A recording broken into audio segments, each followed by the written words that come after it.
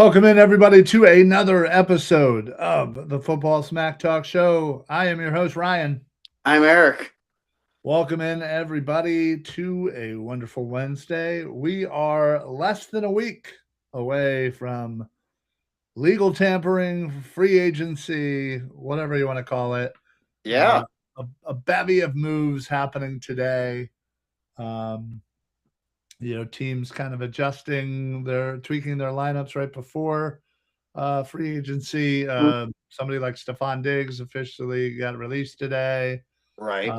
Some of the other names that have already kind of been known, some of them got officially released today.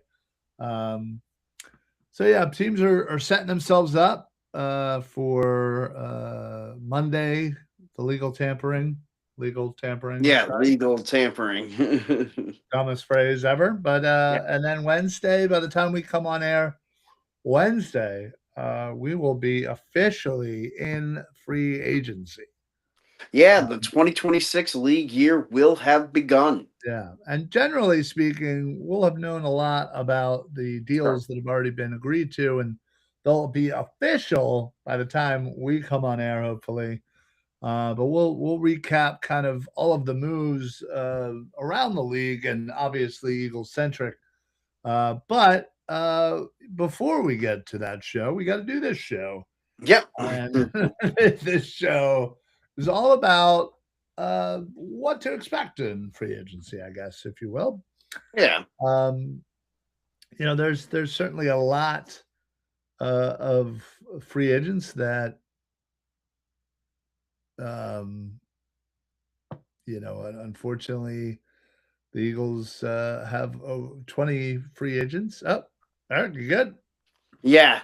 Jody, I think, forgot that I have a show tonight and tried to call me. Yeah. Don't you love that? Yeah. Don't you love that? So the Eagles have 20 free agents. So you would hope that they're either going to re-sign some guys or bring in some guys off the street. But the problem is right now, the Eagles don't have a lot of money. No. And even with the salary cap going up, they have what? 13, 14, 15 million, somewhere in that range. I don't know it off the top of my head. I apologize. But Right. But Howie is a guy. He's a wizard. Yeah. Finds money. Yeah. Whether it's extending, the likes of a Jalen Carter or Jordan Davis or Right. Nolan Smith. There's certainly some names out there on the squad that, will help. Another name that I think also will help is Dallas Goedert. Not sure if you've heard this, but he's due for again, if he does not re-sign with the Eagles, he's due for a $20 million dead cap hit due to the contract, previous contract. So it behooved them to re-sign Dallas Goedert, which I kind of wouldn't have a problem with. I mean, I feel like just from an X's and O's standpoint, it makes sense to re-sign Dallas Goedert, and then from the money standpoint, it makes even more sense. Yeah. Hertz go checking in. I'm AJ fatigued. Yeah, listen. Unfortunately, the media, and this is a broad spectrum, nationally, locally. Your other podcasts, and again, even on this network, it's certainly something that we do talk about. But I think, at least from my perspective, and from the others on the network, I feel like we're also kind of in that boat of just a little bit sick of it. I personally think a lot of this is media driven. I think it's almost 100% media driven. Yeah. I mean, almost. I say from what I've heard from people that do spend time in that locker room, is that AJ's loved by teammates, by coaches, by management. So there's not really a want to get him out of town. And to be perfectly honest, I don't buy the AJ Brown requesting multiple trade requests throughout the last season. Nah, I don't buy it either. I don't buy it either. And if I see one more Diana Rossini, report, tweet, whatever about AJ Brown, I'm gonna lose my absolutely ever loving mind. So yeah, I mean I came close to blocking just because I didn't want to see it anymore. It's like pathetic at this point, but in true Howie fashion, I think it and I think Howie kind of takes this like, hey, listen, nobody's off limits. Sure. I'm not going to shut that door just because, again, I may like a player or you might be a great player. If there's a way to improve the team, yeah, obviously. And reporters will take that. They'll go to Howie Roseman and say, "Oh, would you consider trading Howie, or would you consider trading AJ Brown if the right offer came along?" And of course, well, I mean, sure, the right offer comes along, and nobody's off the table. Eagles are shopping AJ Brown. Yeah, exactly. so again, I think they're looking for a blow me out of the water type deal, right? First plus. Right. And whereas other teams are thinking, hey, maybe we could get AJ on a discount. It's look, you're clearly on two different ends of the spectrum here. Yeah, the Eagles are looking to get more than maximum value. Right. And also other teams maybe you don't know Howie, because that don't happen Howie. So yeah. I'm pretty sure the Tennessee Titans and Minnesota Vikings have blocked any 215 area code number calls. Maybe New Orleans too. Yeah. But yeah, again, I think it's just silly. And listen, it may end up happening. Some team may, Oh, sure, but it's going to take an awful, whatever, and that might be enough to get it done. But we'd have to worry about that cap hit. Obviously, Hurts goat here is listing out a few things. Like I said, extensions for Davis and Carter. Cutting Michael Carter, that should certainly save some good amount of money. Yeah. Other extensions for sure are on the table. Potentially, maybe Hurts. I don't know. Other players, you never know. And you also have to think about the eventual extensions for our two corners. Right. So combine that with the fact that we have Reed Blankenship, we have Nakobe Dean, we have Jalen Phillips, as free agents. You have a bunch of other names throughout. There's going to be some tough decisions, and even if Howie's able to create, $30 more million somehow, it's still you have to get players in here. And you're going to have to replace 20 players essentially. Sure. So it's going to be tough. Howie's got his work cut out, and obviously in conjunction with free agency, we have the draft, and certainly they have a bunch of picks. They have 4 in the first 3 rounds, which is great. Mm-hmm. We were just talking about tight ends last night on the Birds of the Round Table, which this past weekend, the combine. Oh man, do I love me some Kenyon Sadiq. Yeah, no, he definitely is nice. Yeah. The other 2 gentlemen on the show weren't as high as on Sadiq. Really? Yeah, I think it's. I'm hoping other NFL scouts see it that way too. Sure. I mean, I think it's it's tough, especially when it comes to offense right now. We have this idea of what an Eagles tight end needs to look like, or an Eagles tackle or guard or whatever, wide receiver, you name it. Mm-hmm. But and we could be told A, B, C, and D about what this Eagles offense is going to look like. Mm-hmm. But we really have no idea, to be perfectly honest. No. We can guess. We can say, hey, Mannion, comes from this tree and has ran these offenses, but really he's been sort of under other people. He's been under other people. We don't really know what he likes, what his belief value is. He may be like, listen, guys, I know y'all were thinking, this kind of, I want to kind of run this. I want to spread the ball out, and I want to go 5 wide, and I want to spread them out. I want to use the running gun, and sure, and people will lose their minds. Probably, but so yeah, I think it'll be telling. Sure.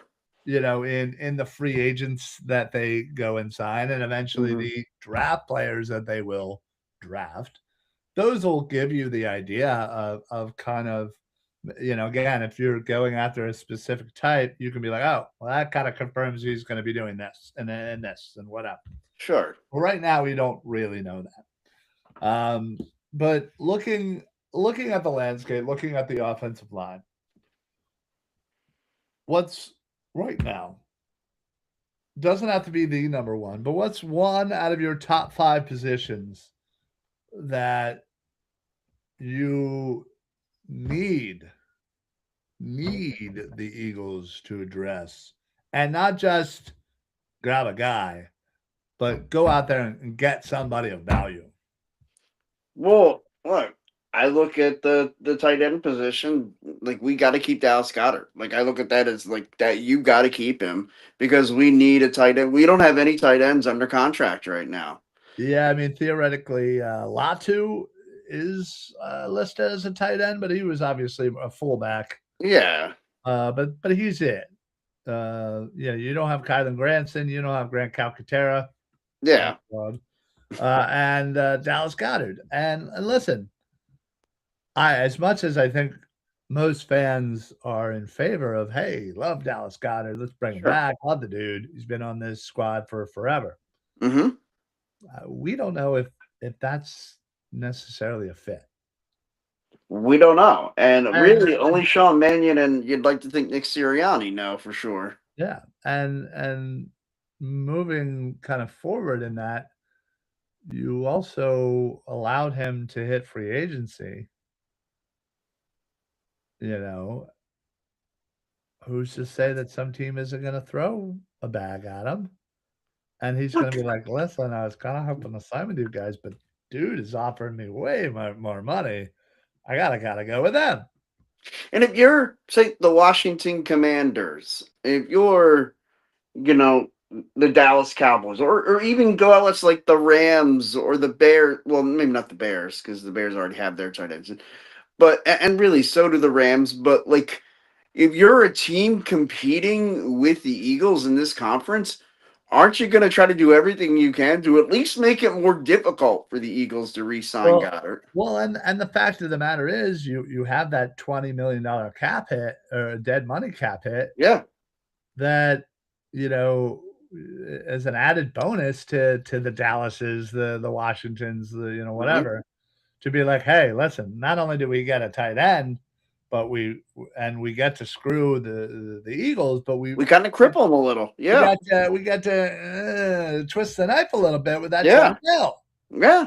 So again, I don't see how Dallas or hell, anybody in our division isn't going after Dallas Goedert. Yeah, the Giants, why wouldn't they? Yeah, absolutely. But again, I think in an ideal world, you would love to be able to bring back Dallas on a 1 year, maybe 2 year, whatever, but also grab somebody early in the draft. And, those are your 2, because again, you would hope, I think most people appreciate a 12 personnel, 2 tight end sets. No, I do. Yeah. And, again, you have Dallas, who, let's be honest, dipped a little bit in his blocking ability last year. And you let's just say we talked about a man like Sadiq. Well, he needs to improve his blocking. And I think that's why a lot of people are, especially the gentleman from, Dives and David from Birds of the Round Table last night, while they, I believe both of them had him number 1, or maybe David had him number 2. It was essentially the blocking, like, and the fact that he really wasn't asked to do it a lot. Sure. So there's some confusion as to how well he truly can do it. And to me, it's not only can he, does he want to? Well, sure. Like, Yeah. run blocking, I feel especially like as a tight end, you gotta want to. yeah, when you read up a scouting report and when Mm-hmm. you're, again, looking at film on a player, and I think especially for somebody like a tight end who, all right, yeah, you can easily see the offensive skills, the pass Sure. catching, the route running, etc. But the blocking aspect of it is a little bit harder to kind of really pinpoint, Mm-hmm. and that willingness is such a key, and you will hear that word, Yes. willingness, the willingness to block, to get dirty, to get in there, to get, whatever. And to me, like when I That's look huge. at tight ends and I look at wide receivers, like those two positions in particular, because they're really glory positions where you're asked to go out and catch a lot of passes, and the ball's getting thrown in your direction a ton. When the ball's not being thrown Right. your way, What are you doing to and help the team? yes, are you still a we guy, or are you a me guy in those spots? No. I mean, Like, you look at somebody like George Kittle, sure. whether you like him or not. He is consistently regarded as one of the better tight ends in this league Mm-hmm. Mm-hmm. because he is well-rounded and can block, and not only can, wants to block, Right. In fact, loves to block. if I guarantee you, if you were to sit down with him and just say, "Hey, George Kittle, what are some of your favorite plays throughout your career?" I almost guarantee you it would. I mean, I'm sure like It some of would the half of them would probably be yeah, blocking plays. yeah, Or in plays where he time I blocked the blocked, crap out of somebody. yeah, Yeah, exactly. The time I yeah, got on one over on, yeah. whoever. Um, Like I'm sure like a play against the Eagles where like he lit up Darius Slay or something like that on a right. block. Like I'm sure he absolutely loved doing that. Absolutely. Absolutely. Hertz Goat chiming in again. Do you guys think Howie trades back in the draft? Yeah, that's a great question. I think we've always seen Howie as somebody that's not afraid to move. Yeah. And I almost guarantee he's not going to pick at well, right. But 23. lately we've seen him move up Sure. and grab a guy that he wants. And again, when you look at this year's draft class, and as we get closer, we sort of kind of, start to kind of things start to get a little bit clearer, right? Right now, all right, yeah, like it's getting there, but like we get to like a week or two before the draft, you really know, Yeah, we're going to have a lot of these guys are going to be right in that area. Eagles Mhm. have these needs. These are the guys that we could see, going after.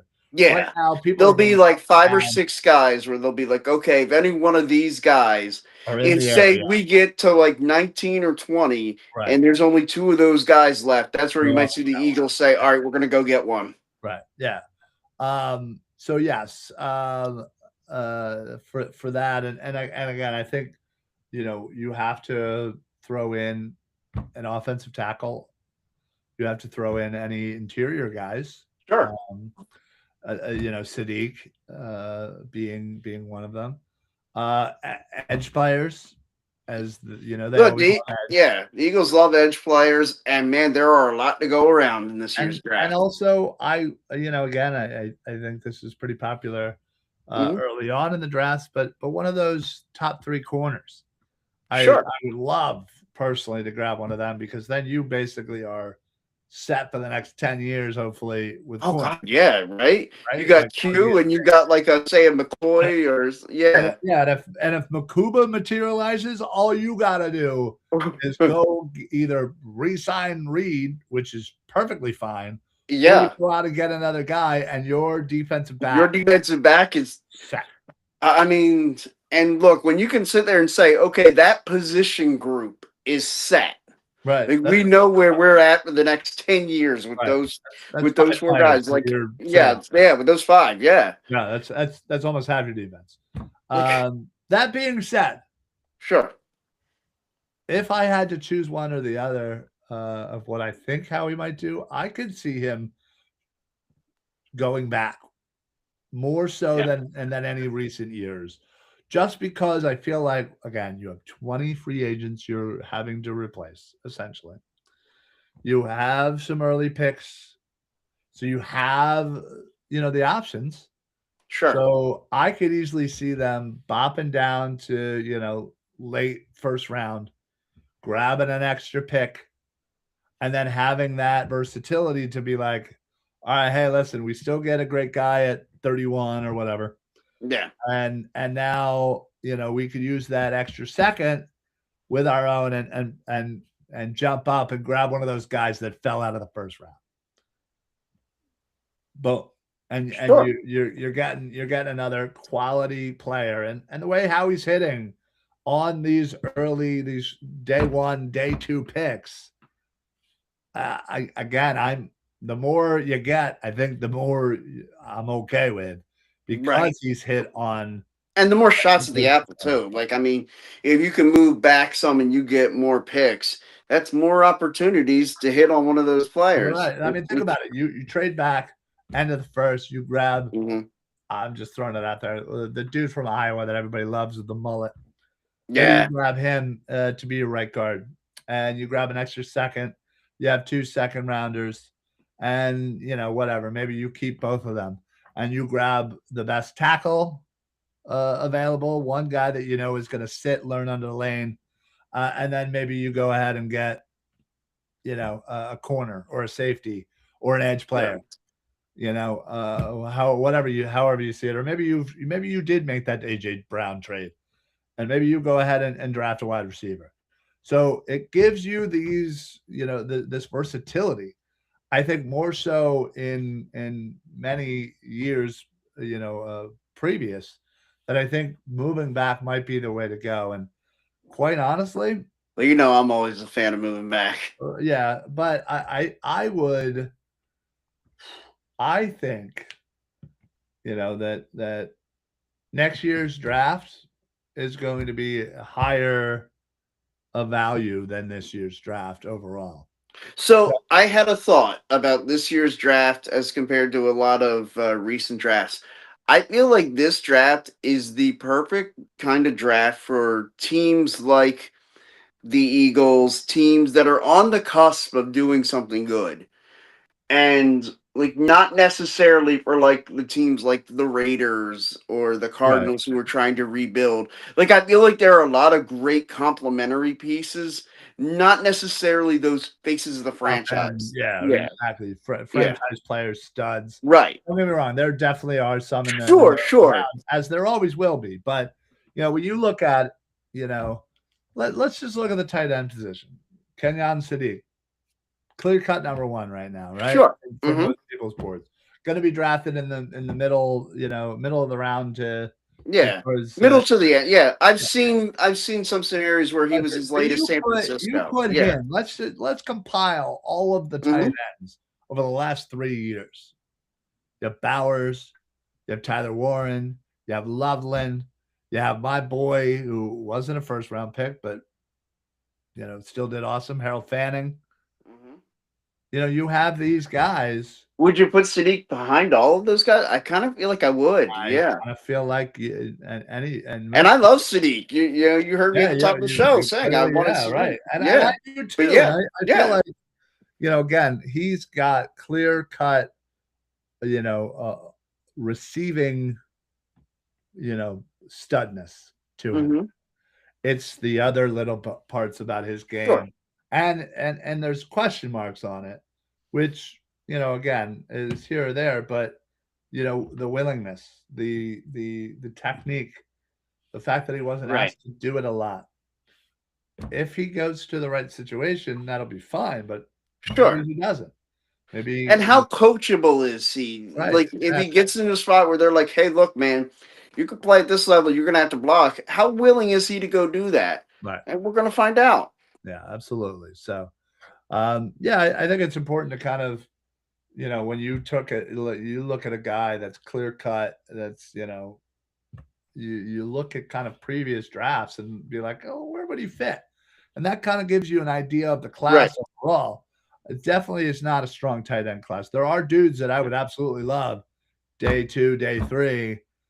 Sure. Absolutely. And I'm the type that I would sign Dallas Goedert. I would go ahead and draft Sadiq, and I'd also draft a dude in the 4th or 5th. Oh, like, sure, yeah, whatever. Roll out 3 tight ends. What? Yeah. Well, and again, and you need to fill out that depth chart. Yeah. Goddard's only going to be here for a year or two if we sign him. So I'm looking at the next stage, and you know me, I have been screaming for tight end too. Last year, you and I pounding the table for JT Sanders. Yeah, that was 2 years ago, but yeah, or 2 years ago, yeah. I mean, I was all over Harold Fanning. Yeah, no, I remember your Harold Fanning. Not a lot of people that were high on Fanning. In fact, I may have been the highest on him in the country. I'm just saying. You might have been. I'm just saying. And what happened? Stud.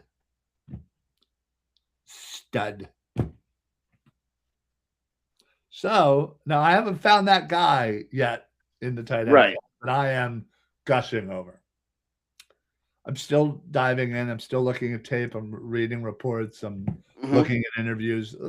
I do it all. It's unfortunately I have learned to hone in on my obsessiveness. And now, granted, I used to do this with linebackers too, but I feel like I don't need to do that not much anymore. I know. The fact that we have great linebackers. I know, and that's the thing. If we get another corner in the first, I'm going to feel like I'm allowed to get off corners for a while. And the worst part is we're about to lose a linebacker. I know. The only way. But I feel like that's why they coveted so much. Listen, they covered their ass because of the injuries, and it was a pleasant they really liked Campbell that he came back the way he did. I just hate the fact that he's such a leader. He especially to those Georgia dogs. I just and him in the run game is so crucial. Mm-hmm. And that's definitely not Campbell's strong suit. He's more of a coverage linebacker, or a guy that can rush. So I worry about that for sure. But if for whatever reason teams are shy about Nakobe and the injury history and yada yada yada yada yada yada, yeah, I would love to bring him back on a cheap deal.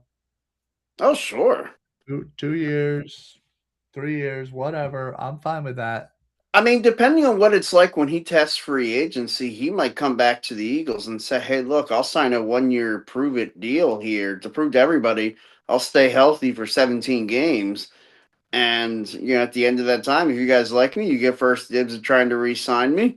And if you don't, I will have shown everybody I can stay healthy and I can play at this level, and he can hit the market in a year. I just doubt that even if Nakobe comes crawling back, essentially, that they would bring him back. And it has nothing to do with Nakobe itself. I know. The fact that there is no room for him without stunting the growth of Jihad Campbell. Yeah, and I think the Eagles are going to value the growth of Jihad Campbell. I agree. I agree. And you're also one. And I almost don't even blame them for it. You're also one, a little injury away from, Nakobe being gone forever. Oh, sure.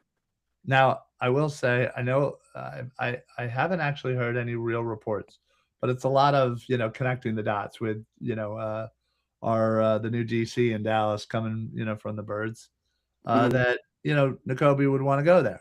That would break my heart. That would absolutely break my heart. Yes, I would be upset by that.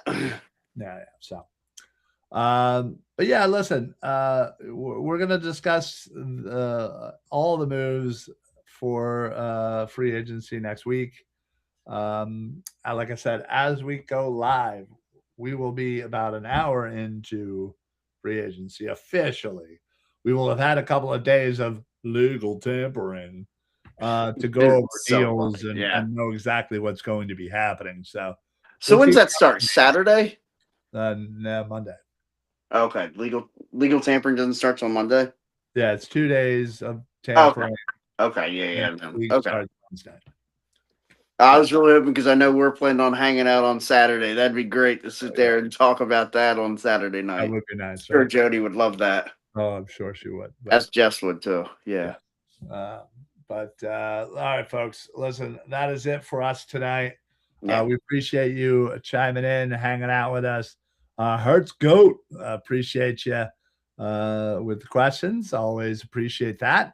Listen, if you are already not following Eagles Pinball Network, whether it be on Twitter, YouTube, Facebook, Twitch, I'm pretty sure we have a TikTok, Instagram coming soon. Please make sure you do. All of that means the world to us, and pushing it out to your friends and be like, hey, listen, give these guys a follow. They're cool. Bunch of shows, talk about birds all the time. So we appreciate those who do support. We will see you guys next Wednesday at about 5 o'clock. Eric, got anything to add before we get on out of here? No. All right, keeping that streak alive. Also, by the time we come on air next week, we will have passed our 17th anniversary. Yeah, wow. Podcasting. 17 years. We're almost one more year from a legal adult. Yeah. Yeah, we're almost able to vote. Yikes. God. I know. Football Smack Talk Show at the ballot box. All right, folks. Well, have a great rest of your week. Only a few more days until we get to talk about free agency. So stay warm. Next week's going to be beautiful, by the way. Yeah, right? Yeah. So spring is almost here. Thank God. Daylight savings time. So it'll be lighter out later. Things are yeah, I might open the blinds here and let the sun shine in my room. Yeah, it'll be great. We're getting there, folks. So stay tuned with us. We'll see you guys next week. So for the Football Smack Talk Show, I'm Ryan. I'm Eric. Happy football, everybody. Only 190 days to go. Later.